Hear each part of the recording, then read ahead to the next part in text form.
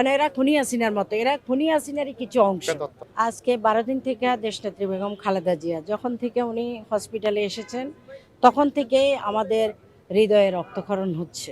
আমরা যারা এই দলটাকে ভালোবাসি, নেত্রীকে ভালোবাসি, তাদের সবারই মনের ভিতরে একটা নাড়া দিয়ে উঠেছে। কিন্তু এর আগেও উনি অনেকবার অসুস্থ হয়েছেন, অনেকবার চিকিৎসা, কিন্তু এবারের ব্যাপারটা একটু ভিন্ন, একটু বেশি ক্রিটিক্যালে চলে গেছেন।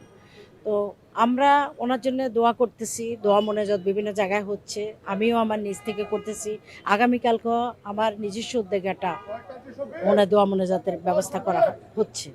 সুতরাং সারা বাংলাদেশের মানুষের হৃদয়ে রক্তক্ষরণ হচ্ছে। আমরা সবাই চাই আমাদের দেশনেত্রী বেগম খালেদা জিয়া তিনি সুস্থ হয়ে আবার আমাদের মাঝে ফিরে আসুক, জনগণের জন্য কথা বলুক, দেশের মানে অভিভাবক হিসাবে তিনি কাজ করুক, যেটা তিনি অতীতে করে আসছেন। যাদের ভিতরে মনুষ্যত্ব বোধ নেই, যাদের ভিতরে মানবতা বোধ নেই, তারাই এই ধরনের গুজব ছড়াতে পারে এবং মিথ্যার ছড়াছড়ি করতে পারে।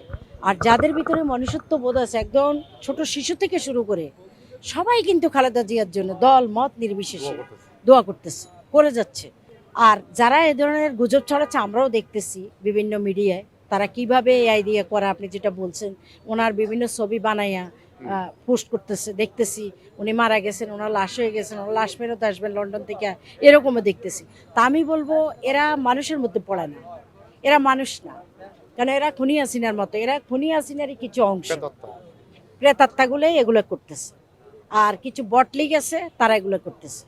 খুনি হাসিনার পরে একমাত্র বিএনপিকে এখন সবচেয়ে বেশি পচানোর চেষ্টা করতেছে হলো আপনার জামাত শিবির, তাদের বটলিগেরা এরকম করতেছে। কেন আমার নিজের আইডিতেই বিভিন্নভাবে একটা পোস্ট করলে আজে বাজে কমেন্ট করতে থাকে তারা, এগুলো তাদের ফেক আইডি, তারা এগুলো করে। তো আমি বলবো যে রাজনীতিক শিষ্টাচার যাদের ভিতরে থাকবে না, যারা অন্যকে সম্মান করতে জানবে না, তাদের রাজনীতি না করাই উচিত।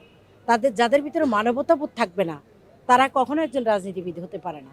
আর সাবেক 3বারের প্রধানমন্ত্রী দেশনেত্রী বেগম খালেদা জিয়া তিনি কিন্তু জাতীয় সম্পদ, সেটা বুঝতে হবে।